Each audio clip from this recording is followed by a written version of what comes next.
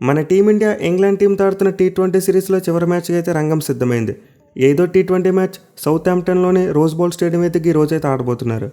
So ముందుగా match యొక్క టైమింగ్స్లో చూసుకుంటే మార్పు ఉంది, గమనించాలి. ఈ మ్యాచ్ నైట్ 10 PM స్టార్ట్ కాదు, అంతకంటే ముందే, అంటే 7 PM స్టార్ట్ అయిపోతుంది. అయితే సిరీస్ దృష్ట్యా చూసుకుంటే ఈ మ్యాచ్ అయితే ఒక డెడ్ రబ్బర్ మ్యాచ్. అంటే మన టీమిండియా ఆల్రెడీ సిరీస్ కోల్పోయారు. 3-0 తేడాతో ఇంగ్లాండ్ టీం సిరీస్ని సొంతం చేసుకున్నారు. దీంతో ఈ మ్యాచ్ ఫలితం సిరీస్ రిజల్ట్ మీద ఎలాంటి ఎఫెక్ట్ చూపించదు. బట్ ఎనివే, మన టీమిండియా విజయం కోసం ఎంత డెస్పరేట్గా ఉన్నారో నేనైతే ప్రత్యేకంగా చెప్పాల్సిన అవసరం లేదనుకుంటున్నా. మన వాళ్ళు ఫర్ ది ఫస్ట్ టైం చరిత్రలో వరుసగా 5 టీ20 మ్యాచ్లు ఓడిపోయారు. దీంతో ఈ హారబుల్ ఫేజ్ నుంచి కంబ్యాక్ ఇచ్చి మన వాళ్ళైతే ఈ సిరీస్ని ఘనంగా ఎంచేయాలని చూస్తారు. పర్టికులర్ ఈ టీ20 ఫార్మాట్లు ఇప్పటివరకు చూసుకుంటే మన టీమిండియా ఇప్పుడు కూడా ఒక్క సిరీస్లో 4 మ్యాచ్లు ఓడిపోలేదు. అట్ ది సేమ్ టైం 3 లేదా అంతకంటే ఎక్కువ మ్యాచెస్ ఉన్న సిరీస్లో ఇప్పుడు కూడా వైట్ వాష్ అవ్వలేదు. సో దీంతో ఇలాంటి చెత్త రికార్డులకి దూరంగా ఉండాలంటే మన టీమిండియా ఖచ్చితంగా ఏదో టీ20 మ్యాచ్లో గెలిచి తీరాలి. అయితే వీటికంటే మోస్ట్ ఇంపార్టెంట్ థింగ్ మరొకటి ఉంది, ఐసీసీ ర్యాంకింగ్స్. ప్రజెంట్ అయితే మన వాళ్ళు ర్యాంకింగ్స్లో టాప్ ప్లేస్లో ఉన్నారు. బట్ ఈ మ్యాచ్లో ఓడిపోతే మన టీమిండియాకి ఫస్ట్ ర్యాంక్ పోతుంది, ఇంగ్లాండ్ టీం ఫస్ట్ ప్లేస్కి వచ్చేస్తారు. అయితే ఫ్యూచర్లో చూసుకుంటే మన టీమిండియా ఇదే ఫామ్ కొనసాగిస్తే ఇంకా మ్యాచ్లో ఓడిపోతే చాలా డేంజర్లోకి వెళ్ళిపోతాం. మన వాళ్ళ 2028 ఒలింపిక్స్కో డైరెక్ట్గా క్వాలిఫై కాలేరు. ఈసారి ఒలింపిక్స్లోకి అయితే క్రికెట్ తిరిగి రాబోతుంది అండ్ మొత్తం 6 టీంలు పార్టిసిపేట్ చేయబోతున్నాయి. బట్ 6 టీమ్స్లో హోస్ట్ టీంకి యూఎస్ఏ టీం క్వాలిఫై అయిపోద్ది డైరెక్ట్గా. వేరేస్ మిగతా 5 స్పాట్స్కి చూసుకుంటే 4 స్పాట్స్ డైరెక్ట్ క్వాలిఫికేషన్. అంటే కాంటినెంట్స్ ప్రకారం ఒక్కో ఖండం నుంచి ఒక్కొక్క దేశం క్వాలిఫై అవుతుంది. ఫర్ ఎగ్జాంపుల్ ఏషియా నుంచి టాప్లో ఉన్న కంట్రీ, అండ్ దెన్ యూరప్ నుంచి చూసుకుంటే ఒక కంట్రీ, అలాగే తర్వాత ఆఫ్రికా నుంచి ఒక కంట్రీ, అండ్ చివరిగా చూసుకుంటే ఓషియానా అంటే ఆస్ట్రేలియా లేదా న్యూజిలాండ్ టీమ్స్లో ఒక టీం డైరెక్ట్గా క్వాలిఫై అయిపోద్ది. ఒలింపిక్స్ కోసం అయితే మొత్తం 10 టీమ్స్ డైరెక్ట్గా క్వాలిఫై అయిపోతాయి. ఆ మిగిలిన ఒక్క స్పాట్ కోసం 8 టీంలు క్వాలిఫై రౌండ్ ఆడతారు. అయితే ఈ ఒలింపిక్స్కి డైరెక్ట్ క్వాలిఫికేషన్ అనేది ఐసీసీ ర్యాంకింగ్స్ను బేస్ చేసుకుని ఉంటుంది. అంటే December 31, 2026 కట్ ఆఫ్ డేట్గా పెట్టారు. ఈ ఏడాది చివరికి వచ్చేసరికి ఆయా ఖండాల నుంచి ఏ టీమ్స్ అయితే టాప్ ప్లేస్లో ఉంటే వాళ్ళు డైరెక్ట్గా ఒలింపిక్స్కి వెళ్ళిపోతారు. వేరేజ్ మెరుగైన ర్యాంకింగ్ ఉన్నప్పటికీ డైరెక్ట్గా క్వాలిఫై అవ్వని టీమ్స్కి క్వాలిఫైర్స్ పెడతారు. సో ప్రస్తుతానికి ఏషియా నుంచి చూసుకుంటే మన టీమిండియా టాప్లో ఉన్నారు. మన వాళ్ళ రేటింగ్ పాయింట్స్ చాలా మంచిగా ఉన్నాయి. ఇన్ఫ్యాక్ట్ ఈ ర్యాంకింగ్స్లో మన తర్వాత ఉన్న బెస్ట్ ఏషియన్ టీం చూసుకుంటే పాకిస్తాన్ వాళ్ళైతే ఏకంగా 6వ స్థానంలో ఉన్నారు. 240 మాత్రమే రేటింగ్ పాయింట్స్ ఉన్నాయి. సో దీంతో ప్రస్తుతం మన రేటింగ్ పాయింట్స్ బట్టి చూసుకుంటే మన టీమిండియా ఈజీగా ఒలింపిక్స్కి క్వాలిఫై అయిపోతారని చెప్పి అనిపిస్తుంది. కానీ మన వాళ్ళు ఇదే విధంగా మ్యాచ్లు ఓడిపోతూ ఉంటే మాత్రం ఒలింపిక్స్కి క్వాలిఫై అవ్వడం చాలా కష్టతరం అయిపోద్ది. ఇన్ఫ్యాక్ట్ ఈ ఏడాది చూసుకుంటే మన టీమిండియాకు ఇంకా 17 టీ20 మ్యాచ్లు మిగిలి ఉన్నాయి. అండ్ ఈ 17 టీ20 మ్యాచ్ల్లో మన వాళ్ళు కనీసం 9 మ్యాచ్లైనా గెలవాలి. అప్పుడే మన వాళ్ళ రేటింగ్ పాయింట్స్ పాకిస్తాన్ కంటే కిందకి వెళ్లకుండా ఉంటాయి. బట్ అలా కాకుండా మన టీమిండియా ఎక్కువ మ్యాచ్లు ఓడిపోతే ఒలింపిక్స్కి డైరెక్ట్గా క్వాలిఫై కాలేరు, మళ్ళీ క్వాలిఫైర్స్ ఆడుకోవాలి మనం. సో దీన్ని దృష్టిలో పెట్టుకుని మన టీమిండియా ఎంత తొందరగా కంబ్యాక్ ఇస్తే అంత మంచిది. మన వాళ్ళు మళ్ళీ విజయాల బాట పట్టాలి. ఆ ర్యాంకింగ్స్లో మన స్పాట్ కిందకి స్లిప్ అవ్వకుండా చూసుకోవాలి. బట్ ఎనివే, ప్రజెంట్ ఉన్న ఫామ్లో మన వాళ్ళు ఏదో టీ20 మ్యాచ్లో గెలవడం చాలా కష్టమైన విషయం. In fact England captain Harry Brook already ఒక స్టేట్మెంట్ ఇచ్చాడు. వాళ్ళైతే ఈ మ్యాచ్ డెడ్ రబ్బర్ కదని చెప్పి అక్కడ కూడా ఈజీగా తీసుకోరంట, ఫుల్ స్ట్రెంత్ టీంతో ఆడతారంట.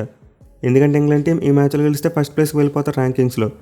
దీంతో ఈ నెంబర్ 1 స్పాట్ మీద మేము కన్నేసాం, ఈ లాస్ట్ టీ20 మ్యాచ్లో తమ బెస్ట్ ఇస్తామని చెప్పి హ్యారీ బ్రూక్ చెప్పాడు. సో ఇంగ్లాండ్ టీం అయితే ప్రజెంట్ చాలా కాన్ఫిడెంట్గా ఉన్నారు.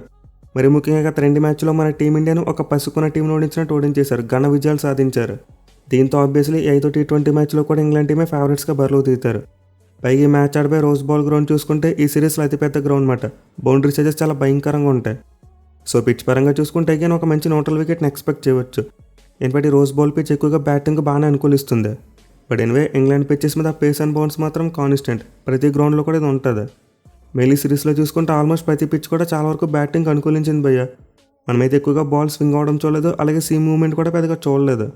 At the same time A pitch మీద కూడా బాల్ ఎక్కువగా గ్రిప్ అవ్వలేదు, అలాగే వేరియబుల్ బౌన్స్ కూడా పెద్దగా కనిపించలేదు. ఓన్లీ ఇష్యూల్లో ఆ పేస్ అండ్ బౌన్స్ మాత్రం ఎక్కువగా కనిపించాయి. సో దీని కారణంగానే ఈ సిరీస్లో ఇంగ్లాండ్ బ్యాట్స్మెన్ బ్యాటింగ్ చేసినప్పుడు పిచ్లన్నీ కూడా బ్యాటింగ్ పిచ్చెస్లా కనిపించాయి. బట్ మన టీమిండియా బ్యాట్స్మెన్ బ్యాటింగ్ చేసినప్పుడు చూసుకుంటే మాత్రం కంప్లీట్లీ డిఫరెంట్, ఏదో వేరే పిచ్ మీద అన్నట్టు ఆడారు. సో దీనికి రీజన్ ఏంటంటే ఇంగ్లాండ్ బ్యాట్స్మెన్ ఆ పేస్ అండ్ బౌన్స్కి మంచిగా అడ్జస్ట్ అయిపోతున్నారు. కానీ మన టీమిండియా బ్యాట్స్మెన్ మాత్రం ఆ బౌన్స్ని సరిగ్గా అంచనా వేయలేకపోతున్నారు. ఎస్పెషల్లీ ఇలాంటి బౌన్సీ ట్రాక్స్ మీద ఎక్కువగా హారిజాంటల్ బ్యాట్ షాట్స్ ఆడకూడదు. అంటే బ్యాట్ని అడ్డం కూపుతూ క్రాస్ పటెడ్ షాట్స్ ఎక్కువ ఆడకూడదు.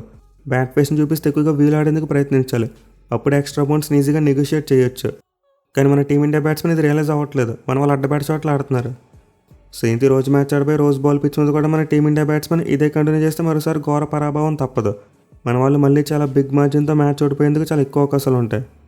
ఎట్ ది సేమ్ టైం ఆ బౌండరీ డైమెన్షన్స్ చాలా అంటే చాలా జాగ్రత్తగా అబ్జర్వ్ చేయాలి. మరీ ముఖ్యంగా ఈ గ్రౌండ్లో బౌండరీ సైజెస్ చాలా ఎక్కువగా ఉంటాయి. మన ఇండియన్ గ్రౌండ్స్లో చూసుకుంటే హైయెస్ట్ బౌండరీ ఎంత ఉంటుంది, మ్యాక్సిమం ఉంటే 75 మీటర్స్ ఉంటుంది. బట్ ఈ గ్రౌండ్లో లోయెస్ట్ బౌండరీ డిస్టెన్స్ 76 మీటర్స్, అది కూడా సైడ్ బౌండరీస్. స్ట్రైట్ బౌండరీస్ అయితే 80 మీటర్స్ కంటే ఎక్కువ ఉంటాయి. సో ఇంత గ్రౌండ్లో సిక్స్లు కొట్టడం ఏమాత్రం ఈజీగా ఉండదు. ఎక్కువగా రన్నింగ్ బిట్వీన్ వికెట్స్ అలాగే గ్యాప్స్లో బౌండరీస్ కొట్టే ప్రయత్నం చేయాలి. అదర్వైజ్ మాకు ఈ డైమెన్షన్స్తో సంబంధం లేదు, బౌన్స్ని పట్టించుకో ఊపేస్తామంటే ఊపేసినట్టు ఉంటుంది. సో ఈ పిచ్ మీద బ్యాట్స్మెన్ కనుక ఆ పేస్ అండ్ బౌన్స్కి మంచిగా అడ్జస్ట్ ఆడితే ఖచ్చితంగా భారీ స్కోర్లు కొట్టొచ్చు. ఇన్ఫాక్ట్ ఈ గ్రౌండ్లో యావరేజ్ స్కోర్ చూసుకుని ఎక్కువగానే కనిపిస్తుంది. ఇప్పటివరకు ఈ గ్రౌండ్లో మొత్తం 13 T20 మ్యాచెస్ జరిగితే ఫస్ట్ బ్యాటింగ్ చేసిన టీం 9 మ్యాచ్లో గెలిచారు. వేరే స్టేజింగ్ చేసిన టీమ్స్ 4 మ్యాచ్లో గెలిచారు. And first innings average score చూసుకుంటే 179 పరుగులు. సో క్లియర్లీ పిచ్ అయితే బౌలర్స్ పారడైజ్ కాదు, బ్యాట్స్మెన్కి మంచిగానే అడ్వాంటేజ్ ఉంటుంది. అయితే టాస్ విషయానికి వస్తే మాత్రం ఫస్ట్ బ్యాటింగ్ చేసిన టీమ్స్కి చాలా మంచి రికార్డ్ కనిపిస్తుంది. 9 మ్యాచ్లో గెలిచారు, 4 మ్యాచ్లో మాత్రం ఓడిపోయారు. ఎందుకంటే సౌత్ ఆంప్టన్ వికెట్ మ్యాచ్ సెకండ్ హాఫ్లో చూసుకుంటే బ్యాట్స్మెన్కి అంత అనుకూలంగా ఉండదు, కాస్త బౌలర్స్కి ఫేవర్గా మారిపోద్ది. దీంతో టాస్ గెలిచిన కెప్టెన్ మోస్ట్ లైక్లీ ముందుగా బ్యాటింగ్ తీసుకునేందుకు ఎక్కువ అవకాశాలు ఉంటాయి. పైగా మ్యాచ్ కోసం వెదర్ ఫోర్కాస్ట్ చూసుకుని అలాంటి రెయిన్ థ్రెట్ కనిపించట్లేదు. దీంతో ఫస్ట్ బ్యాటింగ్ చేయడమే బెటర్. ఇక ఈ గ్రౌండ్లో మన టీమిండియా రికార్డ్ చూసుకుంటే గతంలో ఒక మ్యాచ్ ఆడారు 2022లో. అండ్ ఆ మ్యాచ్లో మన వాళ్ళు ఇంగ్లాండ్ టీంని చాలా చిత్తుగా ఓడించారు, 50 పరుగుల తేడాతో గెలిచారు. బట్ ఏమో ప్రజెంట్ మన టీమిండియా సిచ్యువేషన్ చూసుకుంటే దీనికి కంప్లీట్లీ ఆపోజిట్లో ఉంది. మన వాళ్ళు ఇప్పుడు ఘోరంగా ఓడిపోతున్నారు. చూద్దాం మరి ఈ గ్రౌండ్లో అయినా మన టీమిండియాకి లక్ ఏమైనా కలిసి వస్తుందేమోనని. ఇక టీమ్స్ విషయానికి వస్తే ఇంగ్లాండ్ టీంలో పెద్దగా సమస్యలు ఏమీ కనిపించట్లేదు. కేవలం బట్లర్ ఫామ్ ఒక్కటే వాళ్ళకి బిగ్గెస్ట్ కన్సర్న్. అతనైతే గత 18 T20 మ్యాచ్లో చూసుకుంటే ఒక్కసారి కూడా 40+ స్కోర్ కొట్టలేదు. సో ఇలాంటిది మన టీమిండియా బ్యాట్స్మెన్ ఎవరైనా చేస్తుంటే పార్టీ టీంలోంచి పీకేసేవారు. బట్ ఇంగ్లాండ్ టీం మాత్రం బట్లర్ని చాలా గట్టిగా నమ్మి అతను బ్యాక్ చేస్తున్నారు. మెయిన్లీ బట్లర్కు బాగా కలిసి వచ్చే విషయం, అతను సరిగ్గా ఆడకపోయినా సరే ఇంగ్లాండ్ టీం మ్యాచ్లు గెలుస్తున్నారు. వాళ్ళు చివరి 21 మ్యాచ్లో చూసుకుంటే కేవలం 3 మ్యాచ్లు మాత్రం ఓడిపోయారు. సో దీనివల్ల ఇంగ్లాండ్ టీం బట్లర్కి ఎక్కువ అవకాశాలు ఇవ్వగలుగుతున్నారు. బట్లర్కి అతని క్యాపబిలిటీ గురించి అందరికీ తెలిసిందే కదా. ఒక్కసారి ఫామ్లోకి వస్తే బట్లర్ని ఆపడం చాలా కష్టం. ఇక మిగతా వాళ్ళలో చూసుకుంటే సాల్ట్, బ్రూక్ అలాగే జాకబ్ బెథెల్ వీళ్ళంతా చాలా మంచి ఫామ్లో ఉన్నారు. ఈవెన్ శామ్ కరణ్ మరియు విల్ జాక్స్ కూడా చాలా మంచిగా రన్స్ కొడుతున్నారు. ఒక్క టామ్ బ్యాంటన్ ఫామే కాస్త అటు ఇటు ఉంది. బట్ మోస్ట్లీ వాళ్ళకి టాప్ ఆర్డర్ బ్యాట్స్మెన్ రన్స్ కొట్టేస్తున్నారులేండి. సో బ్యాటింగ్ పరంగా చూసుకుంటే ఇంగ్లాండ్ టీంకి పెద్దగా సమస్యలు ఏమీ కనిపించట్లేదు. ఇక బౌలింగ్లో చూసుకున్న టీం బలంగానే కనిపిస్తుంది. గత మ్యాచ్లో 6th బౌలింగ్ ఆప్షన్ యూజ్ చేయకపోయినా సరే వాళ్ళైతే చాలా మంచిగా కట్టడి చేశారు మన టీమిండియాని. సో పేస్ బౌలింగ్లో అయితే Jofra Archer, Josh Tongue and Sam Curran ముగ్గురు కూడా చాలా బాగా వేస్తున్నారు. అండ్ స్పిన్ బౌలింగ్లో చూసుకుంటే విల్ జాక్స్ మన టీమిండియా లెఫ్ట్ హ్యాండ్ బ్యాట్స్మెన్ అద్భుతంగా కట్టడి చేస్తున్నాడు. వేరేజ్ అదిల్ రషీద్ విషయానికి వస్తే లాస్ట్ మ్యాచ్లో ఎక్స్పెన్సివ్, బట్ వికెట్లు అయితే తీస్తున్నాడు. ఇన్ఫాక్ట్ ఇంగ్లాండ్ టీం కావాలనుకుంటే 6th బౌలింగ్ ఆప్షన్ యూజ్ చేసుకోవచ్చు, బట్ లాస్ట్ మ్యాచ్లో వాళ్ళైతే యూజ్ చేయలేదు. సో ఇంగ్లాండ్ టీం గత మ్యాచ్ అప్పుడే తమ ప్లేయింగ్లోనే ఒక మార్పు చేశారు. లియామ్ డాసన్ పక్కన పెట్టి రిహాన్ అహ్మద్ని తీసుకొచ్చారు, బట్ అతని చేత ఒక్క ఓవర్ కూడా బౌలింగ్ చేయించలేదు. అయితే ఈ మ్యాచ్ కోసం తమ ప్లేయింగ్లోనే మార్పులు చేస్తారంటే మోస్ట్ లైక్లీ చేయకపోవచ్చు భయ్య. ఎందుకంటే వాళ్ళ కెప్టెన్ హ్యారీ బ్రూక్ ఆల్రెడీ చెప్పేశాడు తమ ఫుల్ స్ట్రెంత్ టీంతో వస్తామని చెప్పి. దీంతో ఇంగ్లాండ్ టీం సేమ్ కాంబినేషన్తో వచ్చేందుకు ఎక్కువ అవకాశాలు ఉంటాయి. ఇక మన టీమిండియా విషయానికి వస్తే మన వాళ్ళ బ్యాటింగ్ ఎలా ఉందో మనం పిచ్ పోయేటప్పుడే మాట్లాడుకున్నాం. మన వాళ్ళైతే చాలా అంటే చాలా వీక్ మైండ్ సెట్తో బ్యాటింగ్ చేస్తున్నారు. సో ప్రస్తుతానికి మన టీమిండియాకి బ్యాటింగ్లో ప్లెంటీ ఆఫ్ ప్రాబ్లమ్స్ ఉన్నాయి, బౌలింగ్లో కూడా చాలా ప్రాబ్లమ్స్ ఉన్నాయి. మరి మ్యాచ్ కోసం టీంలో మార్పులు చేస్తారంటే ఖచ్చితంగా చెయ్యాలి. ఎస్పెషల్లీ మనకి బెంచ్ మీద 2 రైట్ హ్యాండ్ బ్యాట్స్మెన్ కనిపిస్తున్నారు, సంజు శాంసన్ అండ్ సూర్యాన్ సెడ్జ్.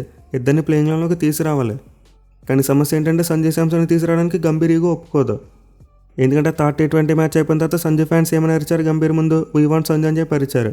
దీంతో ఇప్పుడు సంజు శాంసన్ టీంలో ఆడించేస్తే ఏమైపోద్ది, గంభీర్ భయపడ్డాడని చెప్పి ఒక నెగిటివ్ ఇంపాక్ట్లో క్రియేట్ అయిపోద్ది. సో మేబీ ఇలాంటి రీజన్తోనే 4th T20 మ్యాచ్లో సంజుని తీసుకోకుండా ఉండొచ్చు. At the same time Zimbabwe series కోసం సంజుని పిక్ చేయలేదు. దీంతో ఇప్పుడు 5వ T20 మ్యాచ్లో అతను ఆడించి తన రన్స్ కొడితే మళ్ళీ ప్రాబ్లం అయిపోద్ది. మళ్ళీ మన టీం మేనేజ్మెంట్ మీద ఫ్యాన్స్ అందరూ ఫైర్ అయిపోతారు, జింబాబ్వే సిరీస్కి ఎందుకు పిక్ చేయలేదని చెప్పి.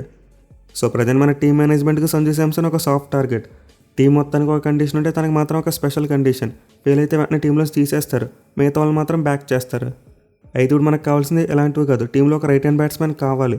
దీంతో సంజు శాంసన్ ఏదో మళ్ళీ తిరిగి టీంలోకి తీసుకొచ్చే ప్రయత్నం చేయాలి. అయితే వైభవ్ సూర్యవంశీ ప్లేస్లో తీసుకొస్తారా, లేకపోతే చాణక్య ప్లేస్లో తీసుకొస్తారా, ఆర్ఎల్ తిలక్ వర్మని పక్కన పెట్టి తీసుకొస్తారో తెలియదు. పోనీ అలా కాదు బౌలింగ్లో కాంప్రమైజ్ అయ్యి ఒక ఆల్రౌండర్ని పక్కన పెట్టి సంజుని తీసుకుంటామని తీసుకోవచ్చు. సో ప్రస్తుతానికి మన టీంలో చూసుకుంటే కెప్టెన్ శ్రేయస్ అయితే ఎవరు కూడా కన్సిస్టెంట్గా రన్స్ కొట్టలేదు ఈ సిరీస్లో. దీంతో సంజు శాంసన్ లాంటి ప్లేయర్ని తిరిగి తీసుకొచ్చేందుకు చాలా గట్టిగా స్కోప్ ఉంది. బట్ స్కోప్ ఉన్నా సరే సంజు మీద వెయిట్ వేయడమే కదా మన టీం మేనేజ్మెంట్కి ఉన్న స్పెషాలిటీ. చూద్దాం మరి ఈ పద్ధతిని మార్చుకుని రోజు మ్యాచ్లో అయినా సరే సంజుకి అవకాశం ఇస్తారో లేదా అని చెప్పి. ఇక బౌలింగ్లో చూసుకుంటే వరుణ్ చక్రవర్తి మరి హర్షిత్ రాణా ఇద్దరు కూడా రూల్ అవుట్ అయిపోయారు, ఈ మ్యాచ్కి అందుబాటులో లేరు. దీంతో ప్రజెంట్ మన టీమిండియాకి బెంచ్ మీద చూసుకుంటే ఒక్క బౌలర్ ఉన్నాడు, రవి బిష్ణోయ్. సో మేబీ మన వాళ్ళ అతను ఆడించాలనుకుంటే సుందర్ ప్లేస్లో ప్లేయింగ్లోకి తీసుకొస్తారు. వేరే సూర్యాన్ సెడ్జ్ విషయానికి వస్తే దూబాని కానీ లేకపోతే అక్షర్ పటేల్ కానీ ఇద్దరు ఒకరిని పక్కన పెట్టి అతను తీసుకొచ్చేందుకు అవకాశం ఉంటుంది. బట్ ఎనివే ప్రస్తుతానికైతే మన టీమిండియా బ్యాటింగ్ మరియు బౌలింగ్ రెండు కూడా చాలా వీక్గా కనిపిస్తున్నాయి. ఏదో ఒక్క దాంట్లో వీక్ ఉన్న మరో దాని బలంతో అయితే మ్యాచ్లు గెలిచేందుకు అవకాశం ఉంటుంది. ఎందుకంటే మనం T20 వరల్డ్ కప్లో బ్యాటింగ్ బలంతోనే మ్యాచ్లు గెలిచాం. కానీ ఇప్పుడు చూసుకుంటే మనకి బ్యాటింగ్ బౌలింగ్ రెండు కూడా వీక్ అయిపోయాయి అండ్ ఫీల్డింగ్ చూసుకున్న ఘోరంగా ఉంది. సో ప్రస్తుతానికైతే ఏదో T20 మ్యాచ్లో మన టీమిండియా కంబ్యాక్ అవ్వడం చాలా కష్టమైన విషయమే. ఇన్ఫాక్ట్ నేనైతే పర్సనల్గా మన టీమిండియా గెలవకపోయినా పర్లేదు, కాంపిటీషన్ ఇస్తే చాలనుకుంటున్నా. అంటే మ్యాచ్ని క్లోజ్గా తీసుకెళ్లి పోరాడాలని చెప్పి కోరుకుంటున్నా. సో లెట్స్ సీ మన టీమిండియా ప్లేయర్స్ ఈ చివరి T20 మ్యాచ్లో అయినా సరే తప్పులు సరిదిద్దుకొని మంచిగా పెర్ఫామ్ చేస్తారో లేదో చూద్దాం.